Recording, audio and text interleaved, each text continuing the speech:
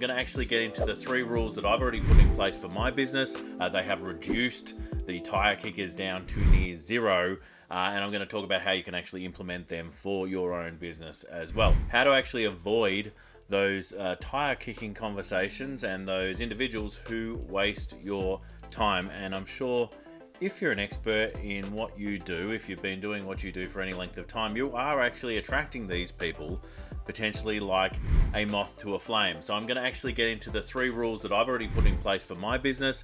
They have reduced the tire kickers down to near zero, and I'm going to talk about how you can actually implement them for your own business as well. And for those who don't know who the hell I am, that would be weird because I'm pretty sure you will have connected with me if we were actually seeing this live, but maybe you're watching it in replay on YouTube or some other place. My name's Russell Pearson. That's SSL, the way Russell should be spelt. And for the last 26 years, I've been involved in the space of promotion, marketing, and sales. And I help businesses. Well, I mean, the business person runs it themselves. All I do is help guide businesses to build the business they want for the purpose that they want to build it for, right? So it's helping get that pipeline of ideal clients and getting the sort of work that means that you've got this business that gives you energy rather than taking energy away. So today we're going to be talking about tire kickers, how to actually get rid of the tire kickers. And there are 3 rules that I actually apply into my business that I've helped other people apply into their business, and it has reduced the tire kickers by an enormous amount.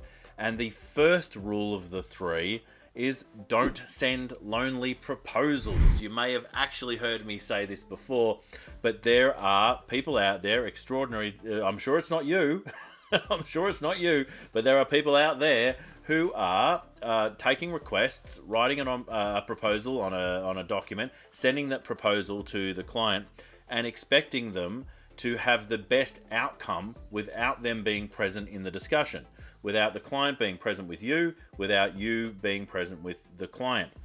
And what happens in these scenarios is it's like, sending your children out into the world. You spend all this time on creating this proposal, creating this document of requirements that maybe the client has asked for, and so you fall into their sales process.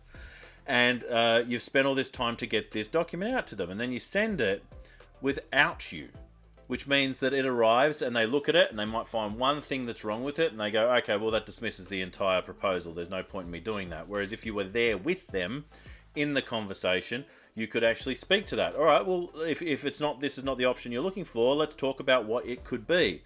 So the opposite of sending a lonely proposal is actually chaperoning the proposal, being there with the proposal so that you can actually continue to design the outcome, the solution with the client. Because otherwise you're sending them a documentation, you've got to affirm this is what it is that you're going to get, and you don't have the opportunity to actually have a conversation with the client during that. So it's tantamount to actually sending your children out into the world and not giving the option of getting a phone call or anything. And so lots of bad things can happen to proposals when you actually just randomly send them out. So don't send lonely proposals. Think of Edna Mode from The Incredibles. She says, no capes. Well, I say, no lonely proposals. So don't go sending out lonely proposals into the world. There is a better way. And if you're interested about knowing how to go about that, have a chat to me about what you're doing now and how we can improve it. Now, there'll be reasons why you'd want to improve it. Maybe your conversion rate on approvals is low. Maybe you're sending proposals to people and they're turning into ghosts and disappearing, right?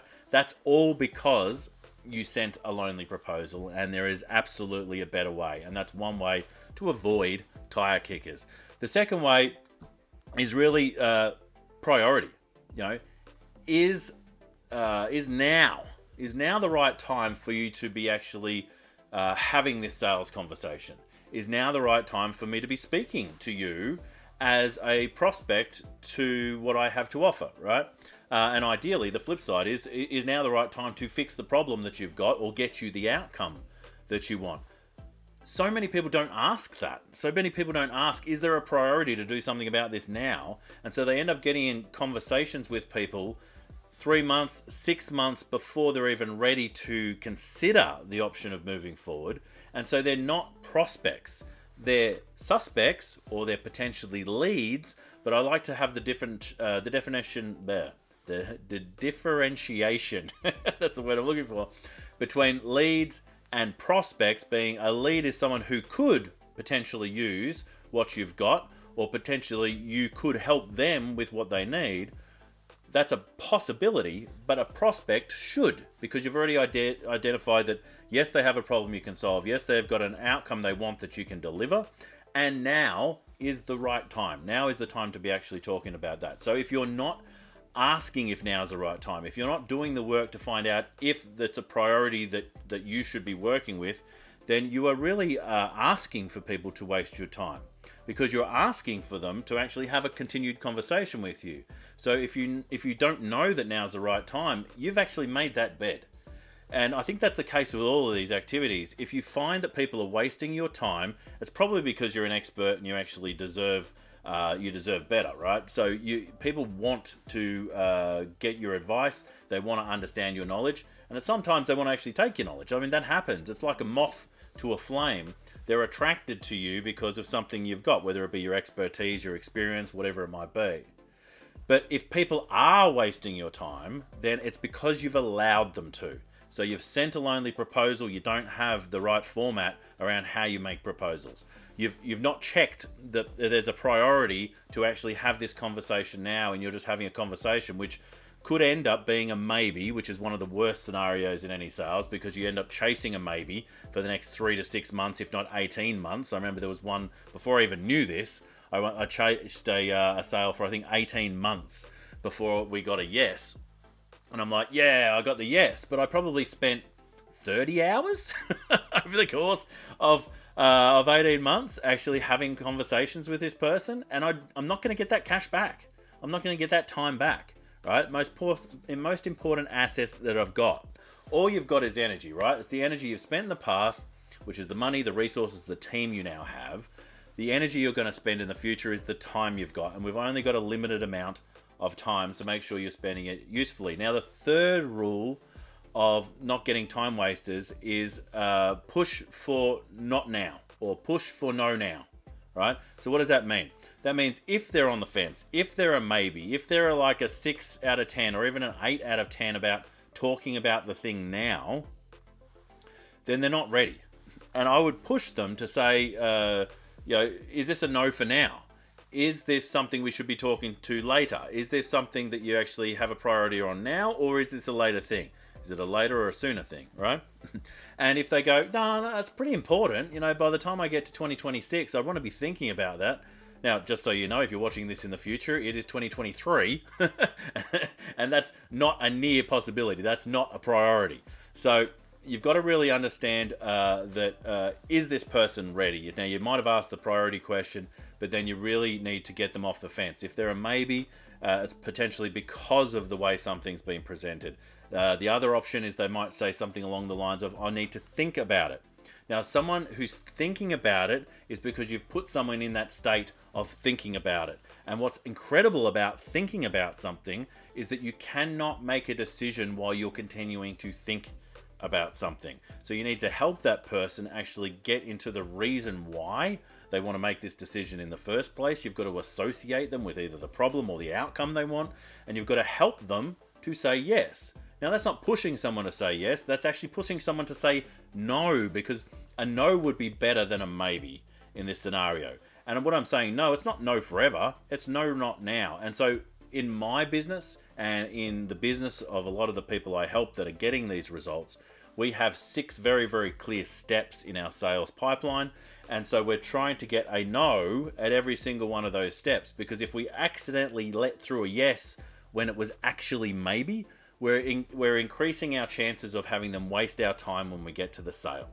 So what we're looking to ideally work out is, do we disqualify this person earlier in the process so we don't end up in a weird sales situation where we're feeling like we're having to pressure someone to say yes when they really don't have a priority for using what we've got. They either don't have a need for it or a want for it, or they don't have an outcome that we can really solve. Sometimes, if you're in a desperate spot, if you're in a position where you really want to help everybody, or you really need to get some sales so you can help yourself, right? Sometimes you'll let these people slip through your process, or you won't have a process at all, and people will just slip through to the other end where you'll be talking to them. You have an expectation that they're going to buy. They're not even thinking about it at this point, and you would get into this awkward situation at the end where they say, "Oh, let me think about it. Can you send me a proposal? Can you send me something? Maybe." And if you're in that scenario, you already know that something's gone wrong. Yeah, it's either a yes or it's a conditional yes to a specific thing, which ideally you can work with, and that's what we talk about when we're actually managing objections. We need to know specifically what the objection is, not maybe or I need to think about it. So if that's happening, if you're having your time wasted, you need to have process. Don't send lonely proposals. Make sure you're trying to disqualify people earlier in the process. And at the end of the day, we want to make sure that there is a priority for them to take action now. Otherwise, there's no point for us to have that sales conversation in the first place. So, Tactical Tuesday, there's a little tactic. There's 3 rules that we bring into the businesses we work with. That's certainly something we're using ourselves. And at the other end of it, what you end up getting is this fantastic opportunity to collaborate with the client into what they're actually going to buy. You can collaborate with the client into how it's going to be delivered. So in essence, you're auditioning like the process, and you're not having to work with people that you really don't want to work with, either because you really can't help them, they can't afford it, or you just don't like them. You don't have to do that. You get to actually have the business you want. Auditioning people, which is like working out, is this an ideal person I want to work with? Is this someone I would be friends with, right? You don't have to work with people that you don't want to work with. There are so many opportunities out there, and if you feel that there are not enough opportunities, please come and speak to me. Run toward me with that point of view, because I will help you find those opportunities that may actually be lying just around you like gold sprinkled all over the ground. My name's Russell Pearson, SSLPearson. I'm sure you can find me right, wherever it is that you're watching this. If you're not in the Future Proof Business Group, come over to Facebook and join us there. It's all about adapting your business. If you are wanting to check me out on YouTube, I've got stuff that's going out every single week, including the podcast, your Consulting Business Podcast.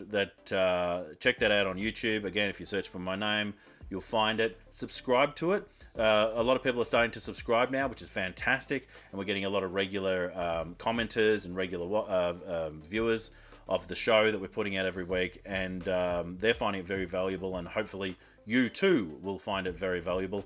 Looking forward to speaking to you in whatever format we come across ourselves in this day and age. Happy to chat to you on social media or in the comments or whatever it might be. I love to take questions. If there's any questions you've got, I'd love to hear what you'd like to know about. What's a piece of training that would be useful for you?